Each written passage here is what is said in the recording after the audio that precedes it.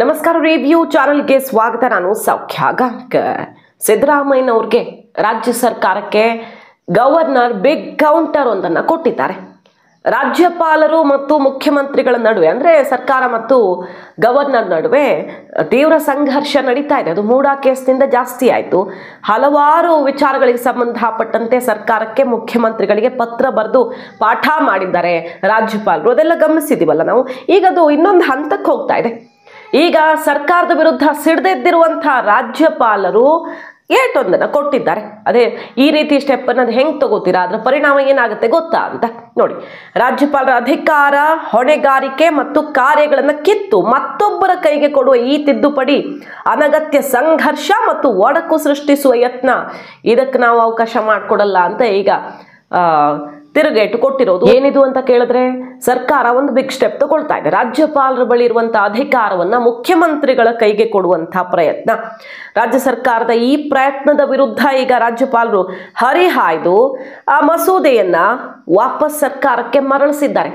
ಆಗಲ್ಲ ಅಂತ ವಾಪಸ್ ಕಳಿಸ್ಕೊಟ್ಟಿದ್ದಾರೆ. ಏನದು ಅಂತ ಕೇಳಿದ್ರೆ ಗ್ರಾಮೀಣಾಭಿವೃದ್ಧಿ ಮತ್ತು ಪಂಚಾಯತ್ ರಾಜ್ ವಿಶ್ವವಿದ್ಯಾಲಯದ ಕುಲಪತಿ ನೇಮಕ ಸಂಬಂಧಪಟ್ಟಂತೆ ರಾಜ್ಯಪಾಲರಿಗಿರುವಂತಹ ಅಧಿಕಾರವನ್ನು ರದ್ದುಪಡಿಸಿ ಆ ಅಧಿಕಾರವನ್ನು ಮುಖ್ಯಮಂತ್ರಿಗಳಿಗೆ ಕೊಡುವ ಉದ್ದೇಶದಿಂದ ಮಾಡ್ತಿರುವಂತಹ ಕರ್ನಾಟಕ ಗ್ರಾಮೀಣಾಭಿವೃದ್ಧಿ ಮತ್ತು ಪಂಚಾಯತ್ ರಾಜ್ ವಿಶ್ವವಿದ್ಯಾಲಯ ತಿದ್ದುಪಡಿ ಮಸೂದೆ 2024 ಇದನ್ನು ರಾಜ್ಯಪಾಲರಿಗ ಸರ್ಕಾರಕ್ಕೆ ಮರಳಿಸಿರೋದು, ವಾಪಸ್ ಕಳಿಸಿರೋದು. ಇದರಿಂದ ಪರಿಣಾಮ ಏನಾಗುತ್ತೆ ಗೊತ್ತಾ? ಇಷ್ಟು ದಿನ ಸಂಪ್ರದಾಯದಂತೆ ಏನ್ ನಡ್ಕೊಂಡು ಬಂದಿದೆ, ಸಂಘರ್ಷಕ್ಕೆ ಸುಖ ಸುಮ್ಮನೆ ದಾರಿ ಮಾಡಿಕೊಡ್ತಿದ್ದೀರಿ ಅಂತ ವಾಪಸ್ ಕಳಿಸಿದ್ದಾರೆ. ಆಗಲ್ಲ ಅಂತ ವಾಪಸ್ ಕಳಿಸಿದ್ದಾರೆ. ಅದು ಯಾವ ರೀತಿ ಸರ್ಕಾರ ನೆಕ್ಸ್ಟ್ ಸ್ಟೆಪ್ ತಗೊಳುತ್ತೆ ನೋಡಬೇಕು. ರಾಜ್ಯಪಾಲರ ಅಧಿಕಾರ ಮೊಟಕುಗೊಳಿಸುವ ಏಕೈಕ ಉದ್ದೇಶ ಇಲ್ಲಿ ಕಾಣಿಸ್ತಿದೆ, ಇನ್ನೇನೂ ಇಲ್ಲ, ಇನ್ಯಾವ ಉದ್ದೇಶವೂ ಕಾಣಿಸ್ತಿಲ್ಲ ಅಂತ ಕಟು ಪದಗಳಲ್ಲಿ ಅವರು ತಿವಿದಿರೋದು ಸರ್ಕಾರವನ್ನು. ರಾಜ್ಯ ಸರ್ಕಾರದ ಈ ದುಸ್ಸಾಹಸ ತಿದ್ದುಪಡಿ ಮಸೂದೆ ಅಸಂವಿಧಾನಿಕವಾಗಿದೆ. ಕಾಯ್ದೆ ತರೋದಕ್ಕೆ ಉದ್ದೇಶಿಸಿರುವ ಈ ತಿದ್ದುಪಡಿ ದಾರಿ ತಪ್ಪಿಸುವಂತಹ ಕೆಲಸ ಮಾಡ್ತಾ ಇದೆ ಅಂತ ರಾಜ್ಯಪಾಲರು ಆಕ್ರೋಶವನ್ನು ವ್ಯಕ್ತಪಡಿಸಿದ್ದಾರೆ. ಉನ್ನತ ಶಿಕ್ಷಣಕ್ಕೆ ಸಂಬಂಧಪಟ್ಟಂತೆ ಸಚಿವರು ಮತ್ತು ಇಲಾಖೆಗಳ ಅಧಿಕಾರಿಗಳು ಇಷ್ಟು ವರ್ಷ ಇತ್ತ ಗಮನವೂ ಕೊಟ್ಟಿರಲಿಲ್ಲ. ಏಕಾಏಕಿಯಾಗಿ ಇಂಥ ನಡೆಯನ್ನು ಅನುಸರಿಸ್ತಿರೋದು ಯಾಕೆ ಅಂತ ಪ್ರಶ್ನೆ ಕೇಳಿದ್ದಾರೆ. ನೇಮಕ ಪ್ರಕ್ರಿಯೆಯನ್ನು ಸ್ಥಗಿತವಾಗಿ ಇರಿಸಿದ್ದಾರೆ. ಅದಕ್ಕೆಲ್ಲ ಕಾರಣ ಏನು ಅನ್ನೋದನ್ನ ಒಂದು ಅರ್ಥ ಮಾಡ್ಕೊಳ್ಬಹುದು ಇಲ್ಲಿ ಅಂತ ಕೂಡ ಟೀಕೆ ಮಾಡಿರೋದು. ಎಲ್ಲ ವಿಶ್ವವಿದ್ಯಾಲಯಗಳ ಅಭಿವೃದ್ಧಿಯ ಮೇಲ್ವಿಚಾರಣೆಯನ್ನು ರಾಜ್ಯಪಾಲರೇ ನಡೆಸ್ತಾರೆ. ಈ ವಿಚಾರದಲ್ಲಿ ಸಂಘರ್ಷಕ್ಕೆ ಎಡೆ ಮಾಡಿಕೊಡುವಂಥ ನಿರ್ಧಾರ ಅಂತ ದುಸ್ಸಾಹಸ ಯಾಕೆ ಅಂತ ಆಕ್ರೋಶ ವ್ಯಕ್ತಪಡಿಸಿರೋದು. ಏನು ಸಂಪ್ರದಾಯ ನಡ್ಕೊಂಡು ಬಂದಿದೆಯೋ ಅದೇ ಮುಂದುವರಿಬೇಕು ಅಂತ ರಾಜ್ಯಪಾಲರು ತಿರುಗೇಟನ್ನು ಕೊಟ್ಟಿದ್ದಾರೆ ಸರ್ಕಾರಕ್ಕೆ. 4 ಪುಟಗಳ ದೀರ್ಘ ಪತ್ರವನ್ನು ಬರೆದು ಮಸೂದೆಯನ್ನು ವಾಪಸ್ ಕಳಿಸಿದ್ದಾರೆ.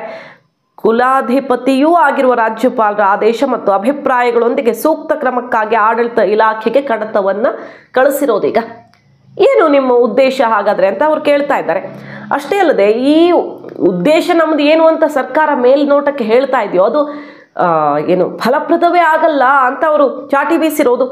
CMಗೆ ಹೊರೆಯಾಗತ್ತೆ ಇದು ಅಸಲಿಗೆ. ಹಾಗಾದ್ರೆ ಯಾಕೆ ಮಾಡೋಕೆ ಹೊರಟಿದ್ರಿ, ಉದ್ದೇಶ ಏನು ಅಂತ ಕೇಳ್ತಿದ್ದಾರೆ. ರಾಜ್ಯದ ಆಡಳಿತ ಅಭಿವೃದ್ಧಿ ಕಾರ್ಯಗಳು ಅನಂತ ಸಮಸ್ಯೆಗಳು ಮುಖ್ಯಮಂತ್ರಿಗಳಿಗೆ ಈಗಾಗಲೇ ಹೊರೆಯಾಗಿ ಕುಳಿತಿವೆ. ಹಾಗಿರುವಾಗ ರಾಜ್ಯಪಾಲರ ವ್ಯಾಪ್ತಿಯನ್ನು ಕಸಿದುಕೊಳ್ಳುವಂಥ ಕೆಲಸ ಯಾಕೆ ಮಾಡ್ತಿದ್ದೀರಿ ಅಂತ ಅವ್ರು ಹೇಳಿರೋದು. ತಿದ್ದುಪಡಿ ಮಸೂದೆ ಮುಖ್ಯಮಂತ್ರಿಯವರ ಹೊರೆ ಮತ್ತಷ್ಟು ಹೆಚ್ಚುತ್ತೆ. ಹೀಗಿರುವಾಗ ಮಸೂದೆಯ ಉದ್ದೇಶವನ್ನ ಈಡೇರಿಸೋದಕ್ಕೆ ಸಾಧ್ಯವಿಲ್ವಲ್ಲ. ಬದಲಾವಣೆ ತರೋ ಪ್ರಾಮಾಣಿಕ ಉದ್ದೇಶಕ್ಕಿಂತ ಅಧಿಕಾರ ಕಿತ್ತುಕೊಳ್ಳುವಂಥ ಯತ್ನವೇ ಇಲ್ಲಿ ಕ್ಲಿಯರ್ ಆಗಿ ಕಾಣಿಸ್ತಾ ಇದೆ. ಸೊ ಇದಾಗಲ್ಲ, ಅಸಂವಿಧಾನಿಕ ಅಂತ ತಿರುಗೇಟನ್ನು ಕೊಟ್ಟಿದ್ದಾರೆ ಸರ್ಕಾರಕ್ಕೆ. ವಿಶೇಷ ವಿಶ್ವವಿದ್ಯಾಲಯಗಳನ್ನು ಸ್ಥಾಪಿಸಿದ್ರು ಅವುಗಳ ಅಭಿವೃದ್ಧಿಗೆ ರಾಜ್ಯ ಸರ್ಕಾರ ಯಾವ ರೀತಿ ಗಮನ ಹರಿಸಿದೆ?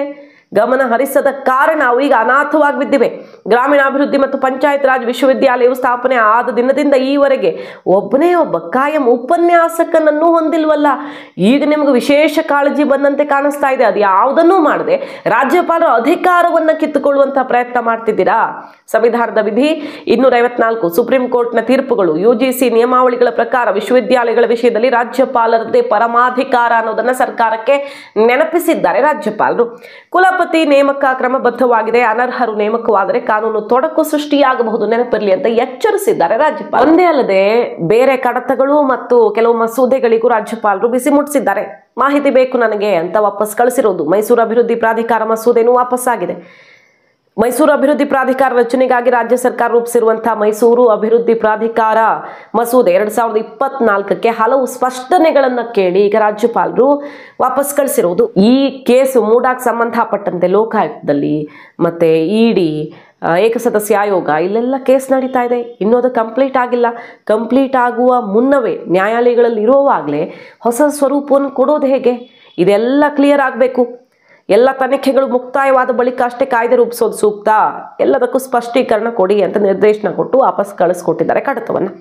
ಮೈಸೂರು ಅಭಿವೃದ್ಧಿ ಪ್ರಾಧಿಕಾರ ಮಸೂದೆ ಜೊತೆ ಕರ್ನಾಟಕ ಪಟ್ಟಣ ಮತ್ತು ಗ್ರಾಮಾಂತರ ಯೋಜನಾ ಕಾಯ್ದೆ 1961ಕ್ಕೆ ತಿದ್ದುಪಡಿ ಬಗ್ಗೆ ಕೂಡ ಪ್ರಸ್ತಾಪ ಮಾಡಲಾಗಿದೆ. ಈ ವಿಚಾರದಲ್ಲಿ ಸ್ಪಷ್ಟತೆ ತರೋದಕ್ಕೆ ಒಂದಿಷ್ಟು ಬದಲಾವಣೆ ಮಾಡಿ ಕಳಿಸ್ಕೊಡಿ ಅಂತ ವಾಪಸ್ ಕಳಿಸಿದ್ದಾರೆ. ಈ ಹಿಂದೆ ಈ ಮೈಕ್ರೋ ಫಿನಾನ್ಸ್ಗೆ ಸಂಬಂಧಪಟ್ಟಂತೆ ಕೂಡ ಪೆಂಡಿಂಗಲ್ಲಿ ಇಟ್ಟು ಆಮೇಲೆ ಒಂದಿಷ್ಟು ಕ್ಲಾರಿಫಿಕೇಶನ್ ತಗೊಂಡು ಕ್ಲಿಯರ್ ಮಾಡಿದ್ರು. ಈಗ ಇನ್ನಷ್ಟು ಕಡತಗಳಿಗೆ ಸರ್ಕಾರಕ್ಕೆ ಬಿಸಿ ಮುಟ್ಟಿಸಿರೋದ್ರ ಜೊತೆಗೆ ರಾಜ್ಯಪಾಲರ ವ್ಯಾಪ್ತಿಯನ್ನು ನೀವು ಕಸಿಯೋದಕ್ಕಾಗಲ್ಲ ಅನ್ನುವಂಥ ಖಡಕ್ ಕೌಂಟರನ್ನು ಕೊಟ್ಟಿರೋದು. ಸೊ ಈ ಮೂಡ ಪ್ರಾಸಿಕ್ಯೂಷನ್ ಅನುಮತಿಯಿಂದ ಜೋರಾಯಿತು. ಮೊದಲಿಂದನೂ ಇತ್ತು ತಿಕ್ಕಾಟ, ಜೋರಾಯಿತು. ಅದಾದ್ಮೇಲೆ ಸಿ ಟಿ ರವಿ ಕೇಸಲ್ಲೂ ಕೂಡ ಒಂದು ಪತ್ರ ಬರೆದು ಇದು ಸರಿ ಇಲ್ಲ ಕ್ರಮ ಅಂತ ಚಾಟಿ ಬೀಸಿದ್ರು. ಸುಮಾರು ಕಡತಗಳನ್ನು ವಾಪಸ್ ಕಳಿಸ್ಕೊಟ್ರು. ಆಮೇಲೆ ನಾವು ಕಾನೂನು ಹೋರಾಟ ಮಾಡ್ತೀವಿ ರಾಜ್ಯಪಾಲರ ವಿರುದ್ಧ, ಕೋರ್ಟ್ಗೆ ಹೋಗ್ತೀವಿ ಅನ್ನೋ ತನಕ ಸರ್ಕಾರ ಸ್ಟೆಪ್ ತಗೊಳಕ್ಕೆ ಮುಂದಾಗ್ತಾ ಇದೆ. ಅಂಥ ಚರ್ಚೆಗಳು ಕೂಡ ನಡೀತಿವೆ. ಅಷ್ಟರ ಮಟ್ಟಿಗೆ ಸಂಘರ್ಷ ತಾರಕಕ್ಕೇರಿರೋ ಹೊತ್ತಲ್ಲಿ ರಾಜ್ಯಪಾಲರ ಅಧಿಕಾರ ವ್ಯಾಪ್ತಿಯನ್ನು ಕಿತ್ತುಕೊಳ್ಳೋಕೆ ನಾನು ಬಿಡಲ್ಲ ಅಂತ ಈಗ ತಿರುಗೇಟು ಕೊಟ್ಟಿದ್ದು, ಇದು ಯಾವ ಆಯಾಮ ಪಡೆದುಕೊಳ್ಳಲಿದೆ ನೋಡಬೇಕು. ಮಾಹಿತಿ ನಿಮ್ಗೆ ಇಷ್ಟ ಆಗಿದ್ರೆ ಮಿಸ್ ಮಾಡಿದ್ರೆ ನಮ್ಮ ಚಾನಲ್ನ ಸಬ್ಸ್ಕ್ರೈಬ್ ಮಾಡಿ, ನಿಮ್ಮ ಅಭಿಪ್ರಾಯ ಕಮೆಂಟ್ ಮಾಡಿ ತಿಳಿಸಿ. Thank you.